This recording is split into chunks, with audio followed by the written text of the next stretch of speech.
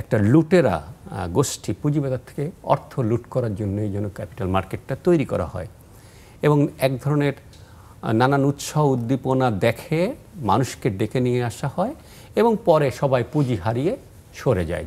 কথা ছিল উল্টা, যে এটা আমরা যেটা বারবারই বলি যে ব্যাংক থেকে লম্বা সময়ের আসলে ঋণ দেওয়া যায় না, কারণ ব্যাংক স্বল্প সময়ের ডিপোজিট নেয়। তো আমরা চেয়েছিলাম বা পৃথিবীর দেশে দেশে পুঁজি বাজার থেকেই পুঁজিটা যোগান হবে, শিল্প পুঁজি, সেটা হয় না। তো আমরা আশা করি যে এই সরকারের আমলে, আমরা প্রফেসর ইউনূসের সরকারের আমলে প্রত্যাশা করি যে এখানে একটা বড় ধরনের সেই ধরনের ব্যবস্থা তৈরি করা হবে যার মধ্য দিয়ে পুঁজিটা, শিল্প পুঁজি যোগানটা ক্যাপিটাল মার্কেট থেকে আসবে। তো সেই রিফর্ম কিছু শুরু হয়েছে, বিএসসি চেয়ারম্যানকে সরিয়ে নতুন বোর্ড করা হয়েছে। আপনি কিভাবে দেখেন, অগ্রগতিটা কি এবং ঠিক ধারায় কাজ চলছে কিনা আপনি যদি শুরু করেন।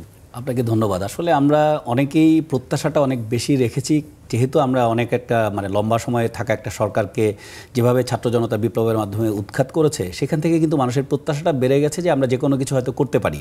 বাট বাস্তবতা হচ্ছে যে আমাদের যেহেতু আর্থিক খাতের মধ্যে ধরেন ব্যাংকিং সেক্টর যদি বলেন বা পুঁজিবাজার, দুটাকেই বলেন, দুই জায়গায় কিন্তু চরমভাবে একটা বিশৃঙ্খলা লম্বা সময় ধরে চলছিল এবং এটা কিন্তু এককভাবে প্রধান একজন ব্যক্তিকে সরিয়ে দিয়ে আরেকজন ব্যক্তিকে আনলেই যে চেঞ্জ হবে তা না, কারণ তার সাথে কিন্তু শুধু উনি একা ছিলেন না। আপনি যদি একটা এক্সাম্পল দেই যে পুরো প্রসেসটার সাথে কিভাবে কারা ইনভলভ, ধরেন আমরা যখনই দেখলাম যে ইকুইটি মার্কেটের পাশাপাশি বন্ড মার্কেট নিয়ে আমরা যখন কাজ করব, তখনই কিন্তু আমাদের উল্লেখযোগ্যভাবে সুকুক নামের যে বন্ডটা ৩,০০০ কোটি টাকা মানুষের কাছ থেকে রেজ করেছে, তখন কিন্তু তার সাথে অনেকগুলো প্রতিষ্ঠান কাজ করেছে। নাম্বার ওয়ান হচ্ছে ধরেন যারা ইস্যু ম্যানেজার ছিল, তারা কিন্তু এটাকে সুন্দর একটা প্রসপেক্টার লিখেছে। আবার এটার কাস্টোডিয়ান ছিল, যেহেতু এটা অ্যাসেট ব্যাক, এটার কাস্টোডিয়ান ছিল আইসিবি। আইসিবির দায়িত্ব ছিল এটার এগেনস্টে সালমান এফ রহমানের কাছ থেকে অ্যাসেট বুঝে নেওয়া।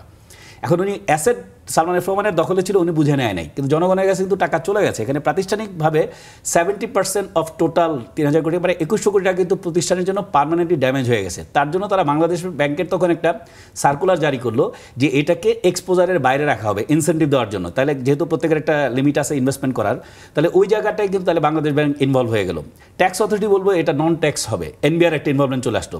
তাহলে asset management company, central bank, NBR, regulator সবাই মিলে কি করলো, কার হাতে দিল, প্রতিষ্ঠানের যে লিকুইড ফান্ডটা ছিল সেটাকে একটা জায়গায় বন্ধ করলো, আর ক্ষুদ্র বিনিয়োগকারীদের অংশের মধ্যে যে অংশটুকু এখানে বিনিয়োগ করছে তাদেরও কিন্তু ওইটা একটা স্টাক হয়ে গেল। এটা একটা এক্সাম্পল মাত্র। এখন আমরা বলবো যে উপর থেকে আমরা একজনকে সরিয়ে দিব, ভালো কিছু চাইবো, বাট ভালো কিছু চাওয়ার মতো তো এখনকার যে এনভায়রনমেন্ট, তাতে নতুন কমিশন এসেই বড় বড় দুইটা কাজ করেছে। প্রথম কাজটা হচ্ছে তারা ডিএসসির বোর্ডটা রিস্ট্রাকচার করছে। এটা 3বারের বার করার পরেও কিন্তু এখনও আপ টু দ্যাট মার্ক হয় নাই, এখনও কিন্তু কনফ্লিক্ট অফ ইন্টারেস্ট বলে যেটা সেটা আছে। তার মানে এখানে কিন্তু শুরুতে বোঝাচ্ছে যারা এই কাজটা করছে তারা এই ব্যাপারে দক্ষ না, নাম্বার ওয়ান।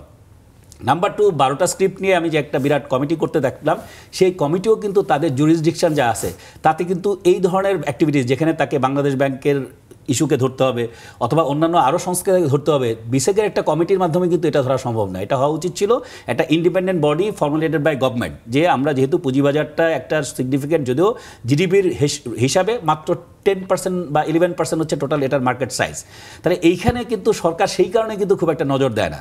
বাট যদি সরকার মনে করতো যে এখানে বিগত 15 বছরে প্রচুর দুর্নীতি, লুটপাট, টাকা পাচার অনেক কিছু হয়েছে, এটার জন্য কিন্তু আলাদা একটা কমিশন করা দরকার ছিল, যে কমিশনের কাজ হতো যারা ইন্ডিপেন্ডেন্টলি কাজ করতো এবং তারা হচ্ছে সবাই এক্সপার্ট লোকজন। ইন্ডিপেন্ডেন্ট বলতে যে তার কোনো এখানে ইন্টারেস্ট নাই, অন্যদিকে আবার ব্যাপারটা সে বোঝে।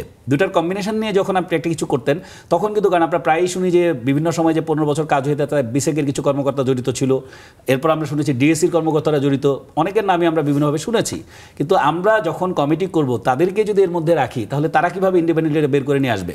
কিন্তু এই তথ্যটা কি হচ্ছে, এই তথ্যের কারণে ক্ষতি হচ্ছে কার? সাধারণ বিনিয়োগকারীর। কারণ সাধারণ বিনিয়োগকারী তো এটা 15 বছরের যে প্যাটার্ন দাঁড়াচ্ছে, হুট করে তো সে তার এটা চেঞ্জ করতে পারবে না। এবং নতুন কমিশন দায়িত্ব নেওয়ার পরপরই যখন দেখা গেলো এগুলোর সম্পর্কে ওপেনলি আপনি কমিটি ডিসক্লোজ করে দিলেন, তখন কিন্তু ওই স্টকগুলোতে নতুন করে কেউ বিনিয়োগ করবে না। তাহলে এতদিন যারা ট্রেডিংয়ে ছিল তাদের ফান্ড সাইজ কিন্তু ডেলি হাফ হয়ে যাচ্ছে, আরও নিচে নেমে যাচ্ছে, কারণ এখানে তো কেউ বিনিয়োগ করবে না, যেহেতু নামগুলো জেনে গেছে। আবার নতুন করে যারা টাকা নিয়ে আসতেছে, তারা ফ্রেশ ফান্ড নিয়ে আসতেছে, ওইখানেও মার্কেটে যারা আছে তারা পার্টিসিপেট করতে পারছে না। তাহলে এই পুরো বিষয়টাকে আপনি যদি বাজারকে মনে করেন, এখন নিয়ন্ত্রণ সংস্থার কাজ কি? সে প্রথমে একটা কথা এসে বলতে পারতো যে আমরা বাজারে সুশাসন নিশ্চিত করবো, তার জন্য যা যা করণীয় তা করবো। এই কাজটা উনি পরে ভেতরে ভেতরে কাজটা করার ওনার দরকার ছিল। বাট পাবলিকলি আপনি অনেক বিশাল কিছু আয়োজন দেখালেন, এখন এর থেকে প্রাপ্তি কি? এখান থেকে যা পাবেন সেটা কি আদৌ যারা ক্ষতিগ্রস্ত হয়েছে তাকে কম্পেনসেট করতে পারবেন?